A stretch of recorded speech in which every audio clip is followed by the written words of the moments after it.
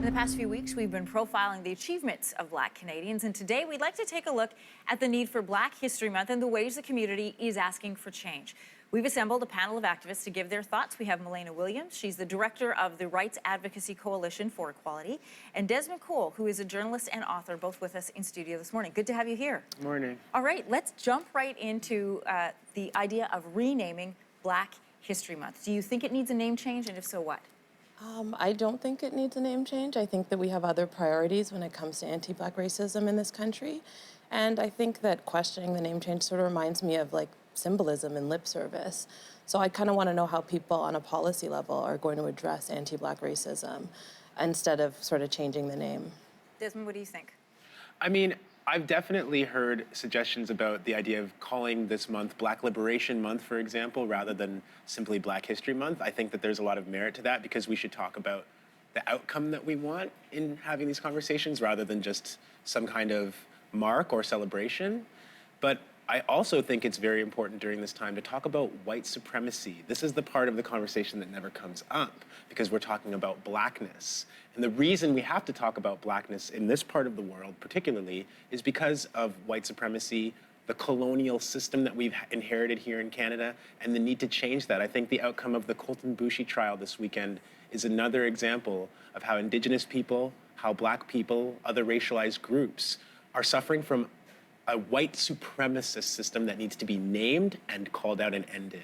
Yeah. When you use that term, white supremacy, a lot of people get their backs up because they don't associate themselves with what that group has come to mean or what that title, what that name has come to mean. So when you want to have that open conversation, Desmond, what do you mean exactly by that? Like, what elements do you want to talk about? Thank you for asking. Because white supremacy has nothing to do with an individual. It has nothing to do with one person's ideas or one person's heart or one person's intentions. You could say that an act of racism, for example, by Gerald Stanley took Colton Boushie, a young 22-year-old Indigenous man, away because Gerald Stanley shot and killed him. That's not white supremacy, though. White supremacy is a system, a so-called justice system, that protects Gerald Stanley and lets him be acquitted as he was this weekend. White supremacy is the reason why our brother Andrew Loku was killed by the Toronto police here in this city, and why the police officer, Andrew Doyle, who killed him, was never even charged. The white supremacist system means that whiteness, the so-called white race, gets privileged above other people. That's not an individual's idea, it's not an individual bias. It's a whole system that works against Black and Indigenous and other racialized people. So we're not talking about what's in one person's heart. We're talking about an entire system of power that has governed really the whole world for centuries. And governed history up until this point. Is that what you? And that's what we're trying to change. Yeah. Yes. All right, let's talk about history for a moment. And in particular, the idea of the Underground Railway. This is something Canada is very proud of, is our role in the Underground Railway. But there are elements that, I learned late in adulthood that the Underground Railway didn't just flow up to Canada, but slaves were also brought out of Canada into the US. That's not part of our history we talk about a lot. Yeah, I don't think a lot of these things are a part of our history, and I think that's very deliberate. I think Canada has really invested in this notion of the Underground Railroad, a welcome passageway, and sort of just stop there. There's very little Black history, specifically Black Canadian history in schools, so many people don't know it. And then we have texts that, like Robin Maynard's book, Policing Black Lives, that actually traces Black history here, the Underground Railroad, and sort of this notion of multiculturalism that we just sort of have. And then when things like white supremacy and the system that we're living in come up, people get defensive because they make it about themselves, like Desmond was saying. But this is about a system.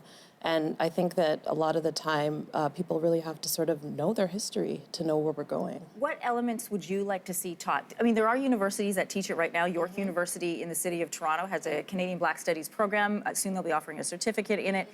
But I'm talking elementary school, high school level. What elements do you feel are missing that you wish were there? I think that just the notion that Black Canadians have been here, that there's a history here that's it's not always going to sound positive, and that people really need to start unpacking that. Even as young as when people are, I guess you're talking about like elementary, middle school, high school, there's a a company called Safety Pin Box, and they provide allyship tools to people if they want to, be allies, know about these sort of like anti-oppression issues that come up later on during university. And I think it's important that children know these things as well, and they've actually started to do allyship toolkits for children. Let's talk about that term you just used, allyship, or I was saying allyship. It's part of an article that you wrote. What does it mean, and how does it take this conversation forward? I think that allyship is a verb, and many people use it as an identity. They sort of call themselves an ally. They want to take part. They want to help. They sort of understand these systems of oppression and perhaps want to unpack their privilege. But I think that they need to sort of get a lot of information first, and instead of sort of positioning themselves within a community, think of how they can help. Maybe thinking about conversations between people that look like them and sort of interrupting those conversations and saying this is not okay, like sort of the rooms that we're not in. So many times people will want to ask the questions or they'll want to begin the dialogue, but when they hear terms like white supremacy or privilege, they feel uncomfortable maybe asking the questions. They're scared to ask the wrong thing. They're scared someone's going to get upset at them. Well, I think we have to be clear that often when we say that, we're talking about white people.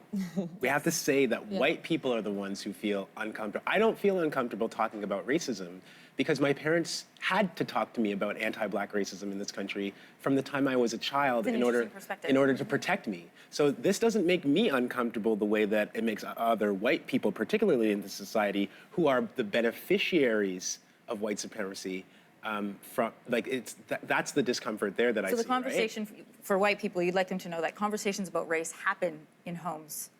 Yeah. In Black homes where they wouldn't happen the same way in a white home. Yeah, well, they have to be different, but I think that what we can all do together is we can all agree that the system that we're talking about, that, for example, in Canada, in the decade between 2005 and 2015, the federal Black prison population in this country increased by 70%, 70%.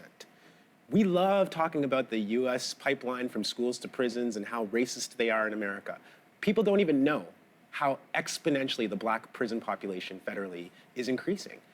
What we need to teach everybody, whether we're Black or white or whomever, is we oppose that system. A system that is so good at putting Black people in jail. A system that's so good at putting Indigenous people in jail. We're not saying that we are trying to have an identity based on race. We're saying that we're trying to see what the system does to people based on race and eliminate and abandon that system and make a new one. We can have, for example, a prison system.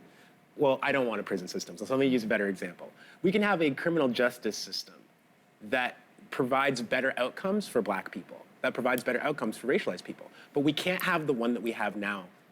We can't. We can't keep trying to put a patch and a patch and a patch on a system that was designed by British colonial people to keep whiteness at the top.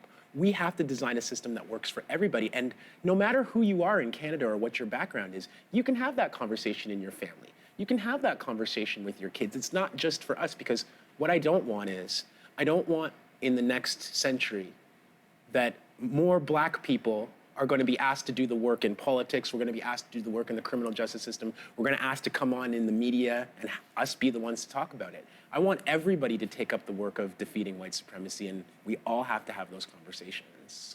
Melayna, I'm going to give the last word to you. What do you, Desmond's laid out really clearly what he hopes to see in the future. What do you hope to see? I hope to see people kind of understanding, and what Desmond was talking about, tearing down this system and understanding who benefits from the system and understanding sort of whiteness as neutral, as the truth, and us sort of unpacking these implicit biases. So if white people are more believed in this country, if their narratives are more believed, if their opinions more believed, then that we can juxtapose that with racialized people and people of color and then go from there. I had somebody in having one of these conversations explain to me something about a phrase that I really like called dominant default. And when people realize that there's a dominant default in society, it helps you to better understand both sides and where everybody's coming from. That's exactly what we're talking about. All right, good to have you both here. Thank you for the discussion this morning. Thank you. Appreciate it.